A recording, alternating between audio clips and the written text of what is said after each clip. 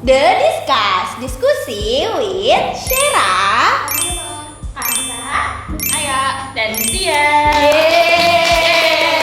Ih, rame banget Mil. Emang kita mau ngapain sih di podcast kali ini? Podcast kali ini tuh kita bakal bahas yang daging banget, yang wow banget. Dan after nonton podcast kita ini bakal dapat knowledge-nya. Daging, wow, terus habis itu bakal dapat knowledge. Emangnya kita nih rame-rame kayak gini mau bahas apa? Jadi kita tuh mau bahas tentang hukum ketenaga kerjaan. Hukum ketenaga kerjaan. Emang menurut kamu sendiri hukum ketenaga kerjaan di Indonesia kenapa Mil? Dan gimana sih penerapannya? Jadi menurut aku itu hukum ketenaga kerjaan itu simpel, aturan yang ngatur hubungan antara pekerja sama perusahaan. Nah, jadi biar dua-duanya jelas haknya apa, terus kewajibannya apa, mulai dari jam kerja, gaji, cuti, sampai hal kayak keselamatan kerja atau aturan PHK. Jadi intinya hukum ini itu dibuat biar kerja tuh nggak ada yang dirugiin dan semuanya itu berjalan adil dan aman. Oh, jadi hukum ketenaga kerjaan tuh tentang ngatur orang yang kerja lah ya gampangnya. Tapi Mil, kalau misalnya aku boleh nanya nih, berarti itu tuh masih ada relate-nya sama kejadian di tahun 2021. Masih ingat nggak kamu? Ingat. Tentang Omnibus Law nih, buat lawmates yang mungkin udah lupa, aku mau ingetin lagi kalau misalnya di tahun 2021 sempat ada peristiwa di mana itu ada pro kontra dari berbagai pihak mengenai Omnibus Law. Nah, makanya kita di sini nih rame-rame mau ngebahas tentang hukum ketenaga kerjaan dalam kasus Omnibus Law. Penasaran nggak sih kayak gimana? Nah, kalau misalnya ditanya kenapa sih Omnibus Law tuh pro kontra banget waktu itu, karena ngerasa aturan itu terlalu tinggi, ditambah kayak merugikan banyak pekerja. Sekarang aku mau nanya nih, menurut pandangan mahasiswi hukum di sini, kalau menurut Kansa dulu deh, aku mau nanya, kalau penerapan Omnibus Law sendiri tuh merenggut hak dari para pekerja atau malah melindungi? Oke, aku jawab ya. Secara konsep memang Omnibus Law ini kan mau menyederhanain aturan biar pasar kerja ini lebih fleksibel ya. Cuman, tapi dari sisi perlindungan pekerja sendiri, efeknya cenderung bikin posisi pekerja itu lebih rentan karena aturan-aturan yang ada nih kadang membuat pekerja jadi bingung sendiri nih karena aturannya yang kurang jelas. Makanya ada demo yang tadi Kira sebutin tuh. Nah, contohnya tuh paling terlihat ada di pasal 156 Undang-Undang Cipta Kerja yang bilang dia tuh menurunkan komponen pesangon sehingga jaminan saat PHK jadi lebih kecil dari aturan lama. Jadi pesangonnya akan lebih kecil lagi tuh di UU Cipta Kerja nomor 156 ini. Nah, hak-hak seperti BPJS, cuti dan upah minimum sebenarnya tetap dilindungi, tapi dari sisi kepastian dan jaminan jangka panjangnya ini dari pekerjanya jadi lebih mudah terdampak perubahan pasar kerja itu sendiri. Nah, jadi secara hukum perlindungannya masih ada, tapi kekuatan posisinya di pekerja tuh jadi lemah gitu dan malah memberikan yang lebih memperkuat si perusahaannya itu gitu sih. Jadi juga masih rada tumpang tindih gitu ya. Agak abu-abu gitu. Agak abu-abu, agak jelas gitu. Kayaknya lebih menguntungkan si perusahaan. Mungkin kasarnya bisa dibilang seperti itu kali ya. Makanya itu yang kenapa orang-orang demoin lawmates. Kalau lo sendiri gimana nih? Menurut pandangan lo Omnibus Law sendiri ada yang ngebingungin lo nggak sih? Ada sih. Jadi PHK itu kan PHK sepihak itu real banget kejadian di mana-mana kan. Nah, dengan aturan baru setelah Omnibus Law terus prosedur PHK ini berubah banyak nggak sih? Nah, pekerja jadi makin sempit ruang gugatnya atau malah aturan makin clear dan gampang dipahami?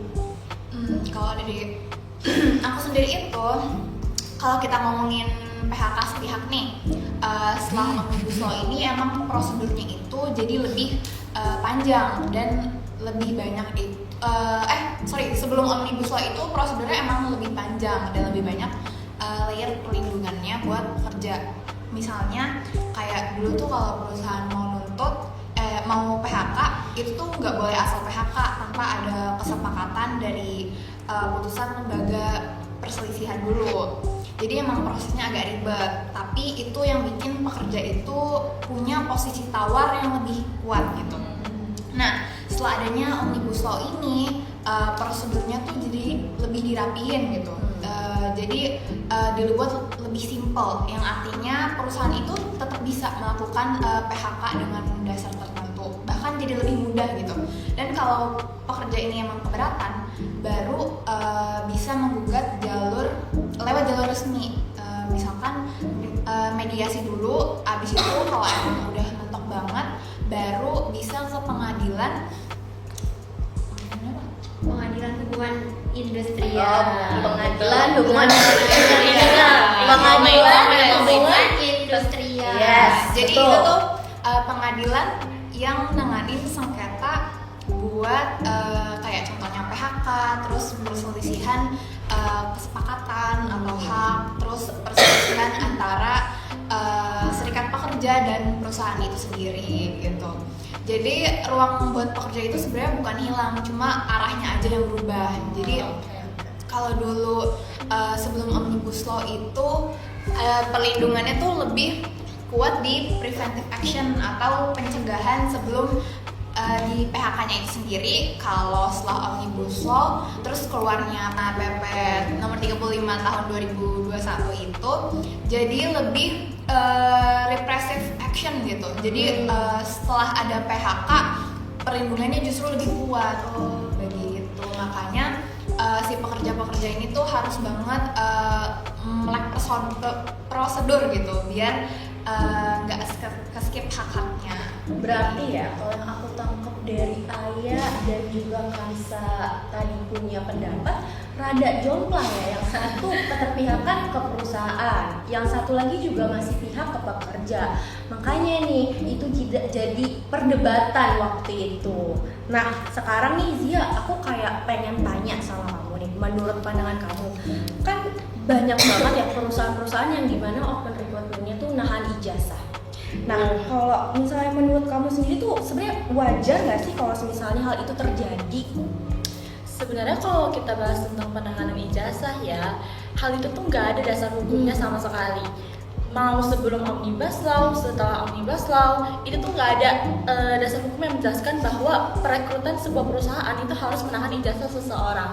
Apalagi ijazah ini kan sebagai identitas pribadi ya, bukan sebagai sesuatu yang untuk dijadikan sebagai jaminan gitu loh, Mitch. Jadi kalaupun misalnya ya perusahaan-perusahaan di luar sana melakukan hal tersebut, itu masuk ke tindakan pelanggaran yang mana itu sebenarnya nggak boleh, itu tidak legal gitu loh, mates. Dan ya seperti sekarang ya realitanya masih banyak banget perusahaan yang melakukan hal tersebut gitu. Jadi ya kalau bisa kedepannya mungkin kita lebih sadar akan hukum gitu ya, lebih bisa memperbaiki sistem tersebut seperti itu. Berarti nih ya buat the Giskas dan Lowmates yang di luar sana, disclaimer-nya adalah kalau nyari perusahaan apa jangan yang nahan ijazah. Karena ijazah tuh punya kita guys. Iya dong. Masa mau ditahan sama orang luar, terus kita nggak bisa kemana-mana dong. Iya. Jadi kayak stuck ya kan, horor juga. Iya. Ketergantungan ya. Suaranya jadi ya agak berat nih. Karena mungkin bahasannya agak berat ya. Jadi Jadinya bahasannya berat. sesuai yang tadi kita bilang ya, Pembahasannya berdaging dan berat banget. dan yang pastinya bakal dapet knowledge gitu ya. Knowledge-nya langsung dapet banget ya. Nah lanjut nih. Setuju banget. Kalau misalnya dari lo sendiri apa nih pendapat atau hal-hal yang mungkin biar teman-teman Lowmates yang sering masih bingung bisa kejawab sama the discuss di sini. Iya. Apa yang mungkin pengen lo suarakan? Oke nih Lowmates, kita mulai serius ya. Serius. Kita mulai terus lagi kayak yang pertama ya lo. Diam ya. Jadi Lowmates udah diam loh. oke. Berarti kita harus lanjutin lebih serius nih teman-teman. Harus lanjut nih. Iya. Jadi tuh gue penasaran banget sama outsourcing. Oke. Outsourcing ini kan makin luas ya setelah Omnibus Law. Nah, Omnibus Law ini kasih ruang tambahan. Jadi perusahaan tuh sebenarnya boleh outsourcing sampai batas mana sih? Apakah ada garis batas yang harus dijaga biar tetap sesuai prinsip perlindungan pekerja? Itu sih menurut saya. Contoh bisa dibantu dijawab. Oke. Nah, nomads dari outsourcing sendiri itu kan pengertiannya dia tuh jadi kerja dengan pihak ketiga gitu ya. Jadi kasarannya kayak gitulah secara garis besarnya. Nah, kalau dari batasan-batasan outsourcing sendiri, outsourcing ini memang dibuka lebih lebar lagi nih setelah Omnibus Law.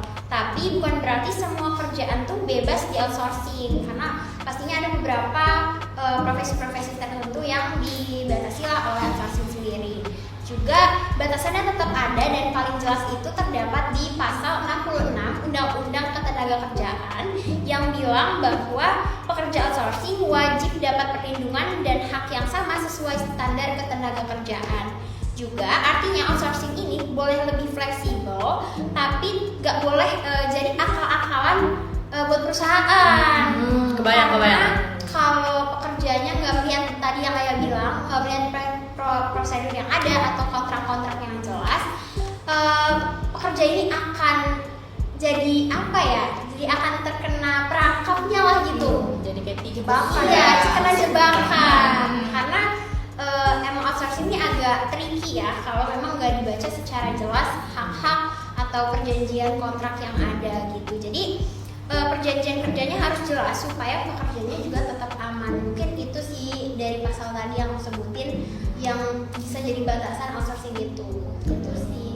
Berarti balik lagi ya, pekerja ini harus lebih detail lagi baca mengenai kontraknya. Karena kalau yang aku dapat dari tadi ini kayak sebenarnya intinya cuman pekerja tuh harus lebih detail, lebih teliti kalau Iya, misalnya. benar. Jadi jangan karena tawaran gaji gede dikit langsung Jangan gitu ya Lomits ya. Iya, jangan gitu ya, Lomits. Pokoknya kita percaya Lomits di sini pintar-pintar. Betul. Harus teliti. Setuju? Setuju. BTW aku pengen nanya nih kayak UMR di Jakarta tuh berapa sih sekarang?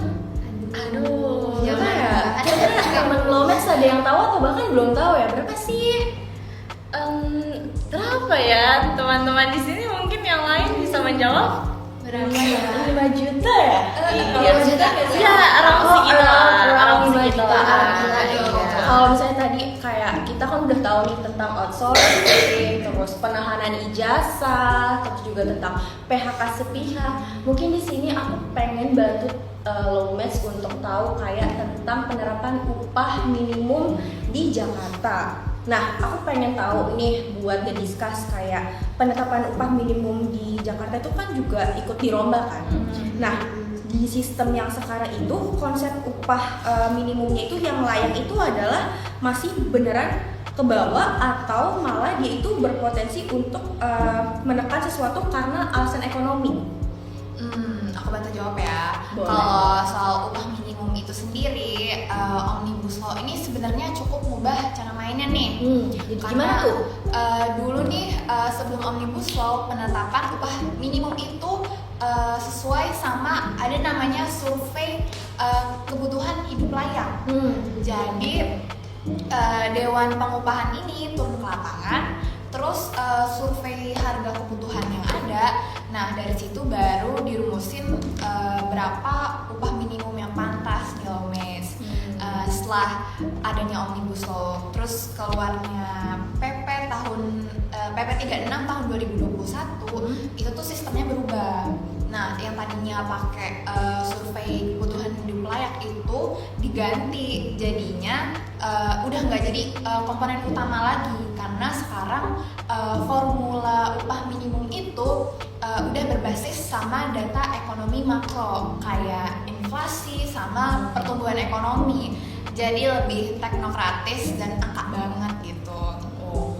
Terus upah minimum sektoral yang ada di beberapa daerah juga itu sekarang udah dihapus. Terus satu lagi nih yang bikin sering bingung Lomits itu upah minimum itu sebenarnya cuma buat pekerja yang baru masuk, terus pengalaman kerjanya itu di bawah 1 tahun. Nah Kalau udah lama itu harusnya udah naik lewat struktur skala upah. Jadi bukan upah minimum lagi gitu. Oke. Nah, apakah menjamin nih konsep upah layak ini secara teori sih iya ya, tapi karena tetap ada batas bawah, jadi masih layak gitu ya. Tapi karena survei kebutuhan hidup layak itu udah nggak jadi faktor utama lagi, jadinya beberapa orang tuh ngerasa standar ini agak geser gitu ya, karena balik lagi ini kan sistem baru ya, jadinya masih didesain lebih fleksibel, terus lebih nempel sama kondisi ekonomi sekarang. Ini new insight banget sih, jujur buat aku. Mungkin kalau misalnya teman-teman belum ada yang tahu gimana penerapan upah minimal di Jakarta itu seperti apa sebelum ataupun sudah dengan Omnibus Law, di sini kita jelasin dan discuss ngebantu kalian untuk paham penerapannya seperti apa. Fresh graduate ya ceritanya. Iya, keren banget nih. Ini kayaknya calon Pak Purbaya di masa depan. Setuju? Setuju. Oh my god. Kayak Ya, no thrifting. Setuju? No thrifting. No thrifting. Comment, setuju no thrifting or no? Oh my god. Oke nih, next kita mau bahas. Gue mau nanya lagi ke kalian. Sekarang kan banyak anak muda yang kerja kontrak, tapi kontraknya nih nggak diperpanjang, terus tanpa kepastian, kan? Kayak hubungan yang nggak deklarasi. Aduh, Jangan dibawa-bawa dong. Iya. Nah, aturan PKWT sebelum dan sesudah Omnibus Law itu apa beda paling kerasa? Bule. Jujur karena agak aja. Karena Kamila itu ada aturan Netherlands. Iya. Jadi dia Kamila tuh agak susah untuk menata kalimat dalam bahasa Indonesia, Lomates. Apa yang paling kerasa ya perbedaannya? Iya. Setuju. Apa yang beda gitu lah. Iya. Nah, Oke. efeknya itu kayak mana gitu? Kayak mana? Jawab. Oke. Kayak mana? Aku akan jawab ya, Lomates. Jadi untuk PKWT sendiri ini kepanjangan itu adalah perjanjian kerja waktu tidak tertentu. Nah, dari tidak tertentu ini kan pasti udah bisa kebayang dong gimana maksudnya. No limit berarti ya? Ya, jadi Oke. aku izin jelasin ya, sebelum Omnibus Law ini kontrak PKWT itu hanya digunakan kepada jenis pekerjaan tertentu. Contohnya kayak pekerjaan yang sifatnya sementara lah atau tidak tetap. Namun setelah adanya Omnibus Law, aturan tentang berapa lama kontrak itu boleh menjadi lebih jelas.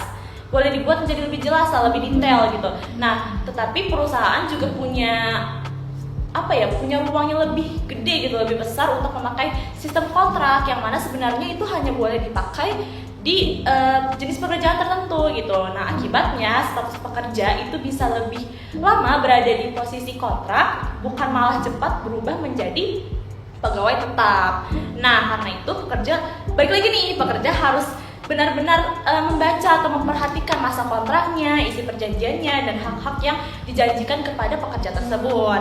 Nah, di sini ada pasal yang menjelaskan di Undang-Undang Ketenagakerjaan pasal 59 ayat 4 di mana PKWT itu bisa dapat diperpanjang dan diperbaharui. Ketentuannya lebih lanjut mengenai jangka waktu perpanjangan dan perbaruan PKWT itu diatur dalam peraturan pemerintah. Nah, itu pasal ini tuh itu menunjukkan kalau misalnya setelah Omnibus Law, aturan detail tentang durasi kontrak lebih fleksibel dan diturunkan ke peraturan pemerintah, sehingga balik lagi nih perusahaan lebih leluasa menetapkan jangka waktu kontrak seseorang pekerja gitu.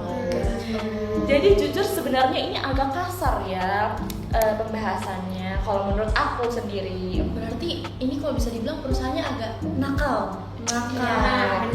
Iya, kayak Kalau dari untung ya. iya, jujur Agak kayak bandel tuh. no banget. Berarti kalau misalnya dari pembahasan ini bisa kita tangkap ada beberapa perusahaan yang menggunakan sistem nakal. Gak cuma dalam penerapan apa tadi PKWT. Iya. Ingat-ingat PKWT. PKWT. PKWT. Iya. Iya. Netherlands kan. Netherlands. Jadi kayak ternyata aku baru tahu juga nih sih, dan ini mau sekalian aku tanyain juga nih ke teman the discuss kayak tadi kan kalau Zia nakal dalam waktu dan kontrak. Ya. Nah, kalau yang aku pengen tanyain supaya lo match di sini juga nggak bertanya-tanya, jadi aku sering banget dan beberapa kali aku nemuin kasus tentang perusahaan yang nakal. Jadi dari segi hak-hak untuk pekerja itu nggak dijalankan. Kayak semisalnya lembur nggak dibayar, parah banget nggak sih? Parah. Udah capek kerja tapi nggak dapat uang lembur. Aduh. Terus abis itu Iya. jam kerjanya bablas ya jelas. Kayak tadi tuh. Nganggur. Gak ada batasannya Iya. dan gak jelas gitu. Nakal Tinggi berarti banget. kan? Nakal. Terus abis itu BPJS nggak disiapin, gila gak sih? Ya ampun jahat banget, mesti itu buat kesehatan kita loh mens. Tapi kayak ya ampun nggak disiapin, parah. Nah maksud yang akan aku tanyakan supaya teman-teman di sini paham kayak kalau misalnya kayak gitu, ada nggak sih jalur hukum yang mungkin bisa para pekerja ini tempuh supaya apa ya penerapannya lebih efektif untuk membantu mereka biar keterpihakannya itu ke mereka. Waduh, jujur ini pembahasan agak berat ya menurut aku Iya, ya. berat. Pertanyaan Ini ini udah mulai nakal. Aduh, ini pertanyaannya kayak udah mulai serem nih Aduh. perusahaan. Udah mulai ke ranah hukum Iya, banget. aduh. Sesuai sama kita nih. Iya. Hukum. Merah. Satu atap, satu hukum. Oke, aku ngejelasin ya, walaupun agak berat, cuman ya Sangat. aku coba. Ya, aku jangan berat juga Ini lah ya. Lawmates aku izin menitik gariskan lagi ya. Ini kita berdasarkan sepengetahuan kita. Yes. Jadi kalau misalnya lawmates mau ada koreksi Tambahan. itu ya, koreksi atau Boleh. tambahan, boleh banget banget. drop di komen dan nanti kita mungkin akan bisa bahas lagi kali Berdiskusi ya. bersama. Iya, bersama discuss. Iya. Ya. Oke, kalau tadi pertanyaannya kalau perusahaannya udah mulai nakal Iya, ya, nakal. udah mulai nakal, jalur hukum yang paling efektif itu apa kan? Yes. Kayak aku bantu jelasin.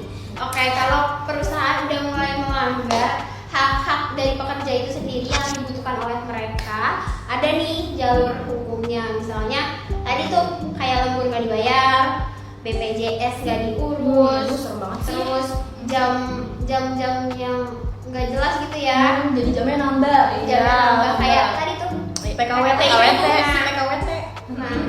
Nah, itu jalur yang paling efektif adalah mekanisme perselisihan resmi yang diatur di pasal 3 Undang-Undang Nomor 2 Tahun 2004 yang ngejelasin bahwa mereka mewajibkan penyelesaian awal lewat mediasi atau konsiliasi disnaker sebelum masuk ke peradilan. Nah, aku bantu ngejelasin juga disnaker ini dinas ketenagakerjaan ya guys. Jadi kalian bisa ngurus di situ kalau misalnya ada konflik-konflik yang tadi udah Syaira sebutin. Terus juga mediasi ini penting karena hasilnya yang berupa berita acara resmi yang bisa jadi dasar kuat kalau perkara lanjut ke PHI. PHI itu apa tadi? Pengadilan Hubungan Industri. Oke. Diingat lawmates. Betul. Jadi langkah internalnya sebenarnya kita harus ngomong dulu ya ke perusahaan, ke atasannya lah yang paling tinggi HRD gitu ya. Memang kalau perusahaan atau HRD-nya ini tulis, kita bisa melaporkan ke Dinasker itu, Dinas Ketenagakerjaan. Ulangi sekali lagi. Dinas Ketenagakerjaan. Nah, Iya. untuk mediasi ya guys itu. Nah, kalau emang masih buntu banget nih di Dinas Ketenagakerjaannya kurang merespon dan kurang responsif lah intinya, baru ke PHI untuk kasih bukti-bukti lengkapnya supaya kita akan dibela, akan dipertaruhkan hak-hak yang kita bisa dapatkan ternyata nggak didapatkan di perusahaan itu gitu Shay. Oh, guys. Jadi makanya nih buat the discuss di sini karena nanti kita juga bakal kerja di ranah hukum, mungkin juga lo match yang mau jadi sarjana hukum terus kerja di ranah hukum, kalau udah digituin sama perusahaan akhirnya mundur guys, ya nggak sih? Jangan mau jadi apa budak korporat gitu, horor. Let's go. Karena kita punya perlindungan hukumnya juga, ya kan? Nah. Lewat apa tadi perlindungannya dinas apa? Dinas Ketenagakerjaan. Jadi tenang aja guys, udah ada lembaga yang melindungi kita kalau misalnya perusahaan kita peristiwa yang harus disayangi. Dicatat ya Laumits, itu tuh ada prosedurnya. Iya. Jadi ada tingkatan-tingkatannya. Pertama ke HRD dulu, kedua kita ke mana tadi kan? Dinaske. Baru ketiga yang terakhir yang paling final adalah ke PHI. PHI. Apa itu PHI? aduh maaf ya ampun. Kita cuma ngomong Pengadilan Hubungan Industri. Nah, ini kan pengantar ilmu ya, Hukum Indonesia. Iya. Kita ingat-ingat ya. PHI-nya, Kita nggak lupa. Iya, Iya. betul. Jadi perlu di-highlight bahwa pekerja-pekerja juga harus melek hukum supaya betul banget. nggak terjebak dan nggak terperangkap oleh aturan-aturan yang ada di perusahaan yang Setuju banget. licik. Seenggaknya kita mulai hukum lah tentang apa yang kita lakukan sekarang ya. nggak Iya, sih? betul banget. Harus. Oke, lanjut. Lanjut apa nih? Gue tuh mau nanya deh. Aku apa ya? Aku nih mau nanya tentang serikat pekerja. Serikat pekerja apa tuh? Serikat pekerja itu biasanya jadi garda terdepan perjuangan hak pekerja. Nah, setelah Omnibus Law ini, kekuatan mereka tuh makin naik level atau justru ada batasan baru yang bikin gerakannya tuh lebih ribet. Menurut kalian gimana? Kalau ngomongin serikat pekerja nih ya, sebenarnya di Omnibus Law ini nggak diotak-atik nih Mil, karena dasarnya juga masih pakai UU 21 tahun 2000 yang ngatur soal hak serikat buat membela kepentingan pekerja yang jadi fondasinya terkuat gitu. Nah, tapi efek dari Omnibus Law sendiri ini Laumits justru kerasa di aturan ketenaga kerjaannya nih. Apa tuh ya? Benar-benar. Kayak outsourcing yang tadi udah disebutin. Iya, benar-benar. Terus kontraknya juga yang lebih fleksibel, terus proses PHK yang makin dipermudah nih. Berarti pembahasan-pembahasannya tadi lah ya. Yang ini yang semua lain masih nih, nyaman banget ini. Nah, ini semua tuh berasal dari perubahan di pasal-pasal UU 13 tahun 2003 tadi lewat Omnibus Law ini. Nah, karena aturannya jadi makin longgar, jadi serikat pekerja ini punya peran yang jauh lebih penting. Mereka juga jadi benteng pertama buat ngawasin apakah kebijakan perusahaan ini tuh masih sesuai hukum dan merugikan pekerja atau enggak gitu. Betul, oke. Jadi bukan makin lemah, tapi justru serikat pekerja ini makin krusial sebagai penyeimbang di era aturan baru yang lebih fleksibel ini loh, Mer. Kalau serikat pekerja itu kan dari pekerja untuk pekerja dari pekerja oleh pekerja untuk pekerja ya. Oh, betul. Jadi itu suatu komunitas nggak sih, Ay? Iya, organisasi itu dia. Betul. By the way, di discuss, aku kayak pengen nanya deh ke kalian tuh sering nggak sih ngeliat di sosial media antara hukum sama penerapan di lapangan tuh suka beda? Sering banget. Sering dong. Damn, Laumits. Sering ternyata mereka horor ya. Horor banget. Ya, sekarang sering Horornya banget nyampe ya. banget. Nah, kalau misalnya menurut The Discuss sendiri nih, kayak di dunia pekerjaan itu kadang kan ada hukum tentang dunia pekerja yang dimana suka berbeda ya sama penerapannya. Nah, gimana menurut kalian pandangan tentang apakah hukum ketenaga kerjaan ini itu udah bisa cukup kuat untuk untuk benar-benar diterapkan supaya antara hukum sama penerapannya di lapangan tuh sama gitu? Nah, mengenai aturan ini ya, itu tuh diatur di pasal 176 Undang-Undang nomor 13 di tahun 2003 tentang ketenaga kerjaan. Nah, isinya tuh adalah pengawasan ketenaga kerjaan dilakukan oleh pegawai pengawas ketenaga kerjaan yang independen. Jadi, kalau misalnya kita ngomong tentang penerapannya ya, sebenarnya kalau menurut aku sendiri emang belum maksimal lah ya. Masih abu-abu banget deh, pokoknya masih kadang iya, kadang enggak gitu kan. Tapi alasan ini tuh sebenarnya sederhana banget buat aku, menurut aku ya, karena jumlah pengawasnya tuh sedikit, tapi perusahaannya banyak, jadi ada tumpang tindih gitu untuk pengawasannya.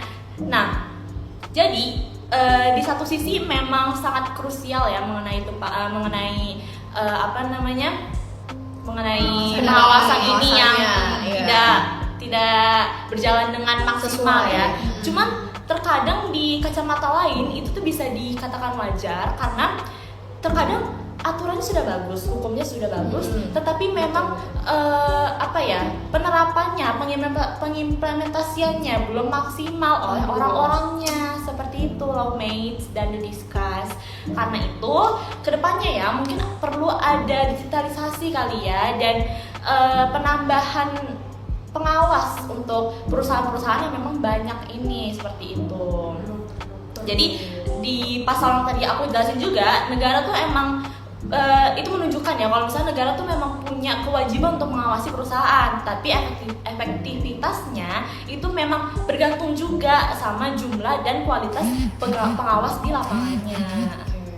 Kalau abu-abu di SMA mah indah ya, tapi kalau abu-abu di hukum horor. Aduh. Jadi nggak jelas kita mau dibawa kemana Iya. ya nggak sih? Iya kan? Dibawa kemana? Cukup nanti, Oh iya, cukup terusan ya. Iya, clickbait. Maaf. Copyright, Jadi guys. yes, benar. jadi itu guys kayak antara pengawasannya, penerapannya dan semua itu harus selaras. Jangan ada yang tumpang tindih. Betul. Dan kita sebagai orang yang menerapkan hukum juga ya harus sadar akan hukum, harus melek akan hukum, Yes. harus tahu bagaimana Harus aware lah ya kita. Iya, harus tahu bagaimana hukum di Indonesia ini berjalan. Seperti itu loh, Mei. Aku setuju banget sama pendapat dari Zia. Seperti itu. Ya. Aku juga. Dan Pinter, jujur. alhamdulillah. Jujur keren banget nih. Iya, Oh my teman-teman god. discuss hebat. Masya Allah. Aku punya satu kebingungan terakhir nih, Always.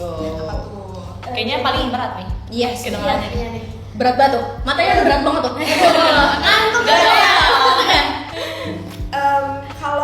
Kalau kita lihat isu yang terus berulang, kayak PHK massal, outsourcing makin luas, terus upah yang nggak naik-naik.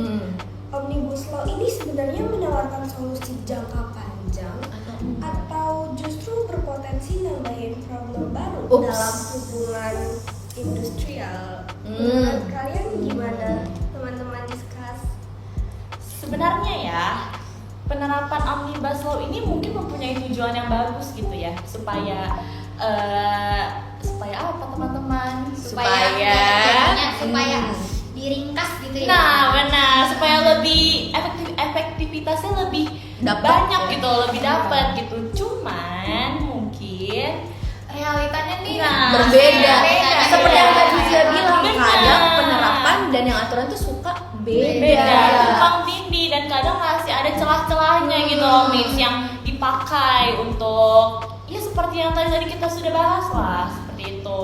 Dan mungkin mau menambahkan tujuan awalnya tadi kan untuk meringkas agar lebih efektif, tapi kenyataannya masih banyak undang-undang yang sudah dirubah tapi malah nggak diberhenti tidak diberhentikan apa ya? Jadi malah masih lanjut ya. Iya, maksudnya kayak Waduh. jadi kayak pasal satu dengan yang lainnya itu berjalannya sama gitu. Jadi malah bertambah. Jadi malah Iya. beriringan ya, yang baru dan yang lama jalan semuanya. jadi malah mempergemuk gitu ya. Iya, istilah mempergemuk itu ya yang sangat-sangat berkaitan dengan Omnibus Law ini menurut aku, karena kayak seperti yang tadi teman-teman discuss sudah kasih tahu, aturan yang lama sama aturan yang baru bener-bener dijalanin dua-duanya. Jadi orang-orang juga rakyat bingung, ini kita mau pakai yang mana gitu kan. Kepecah jadi Iya. Terus juga kalau tadi aku kan ngebahas Omnibus Law kan di awal, jadi emang yang tadi dia sama Ayah udah bilang bahwa Omnibus Law ini kan fungsinya sebenarnya ya untuk memberikan penyederhanaan. Benar. Penyederhanaan. Supaya lebih ringkas lah. Supaya lebih ringkas. Iya. Cuman pada faktanya, pada Lapangannya. saat iya sih. Iya. Pada lapangannya ternyata malah mempergemuk peraturan itu sendiri, yang malah bikin peraturannya jadi tumpang tindih karena ada beberapa yang double. Nah, metode Omnibus Law ini sebenarnya memiliki beberapa manfaat dan keuntungan juga, tapi persoalan apakah metode Omnibus Law ini menjadi solusi utama atau malah memperburuk ya, itu juga dilihat dari seberapa bijak dan matang para pembuat kebijakan itu sendiri untuk mengkajinya dari berbagai perspektif itu sendiri, karena emang Omnibus Law ini sangat kompleks ya. Jadi perlu pengkajian lebih dalam lagi atas banyaknya peraturan yang akan dicabut, diubah, atau bahkan digabungkan. Nah, maka dari itu keberhasilan suatu aturan itu dilihat juga kalau kan Omnibus Law ini atau kayak UU Cipta Kerja ini lihat dari seberapa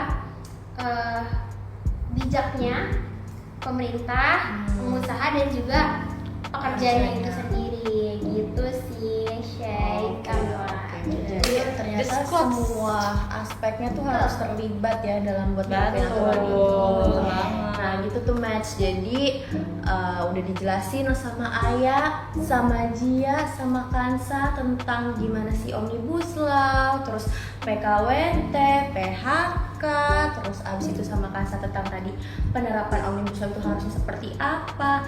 Well, we hope our lawmates paham ya setelah ini. Tapi sayangnya nih Ji, sumpah 1000 sayang, kita nggak bisa panjangin lagi durasinya. Udah cukup ya. Iya. Pembahasannya. Sampai jumpa lawmates, sampai ketemu di kesempatan yang lain. Siapa tahu ada diskus selanjutnya. Iya, Kalau siapa rame, Kalau rame lanjut part 2. Lawmates, aku juga ingin menitik beratkan lagi yang menggarisbawahi Oke, boleh. jika jawaban-jawaban dan pertanyaan-pertanyaan yang dari tadi kita bahas nih itu It's all based our knowledge juga. Iya, dari pengetahuan kita. Jika kalau misalnya dari Lawmates ada koreksi-koreksi atau penambahan-tambahan, boleh banget Kita di-share nih ke kita. disclaimer ya. Iya, di disclaimer. Nanti kita masukin di komennya mungkin bisa Because ya. we do still need juga in the information guys. Betul Jadi kita saling sekali. sharing.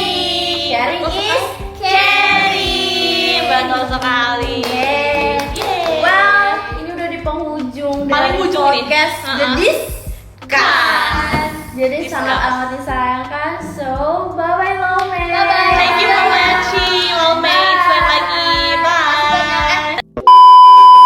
Halo Bu Diani.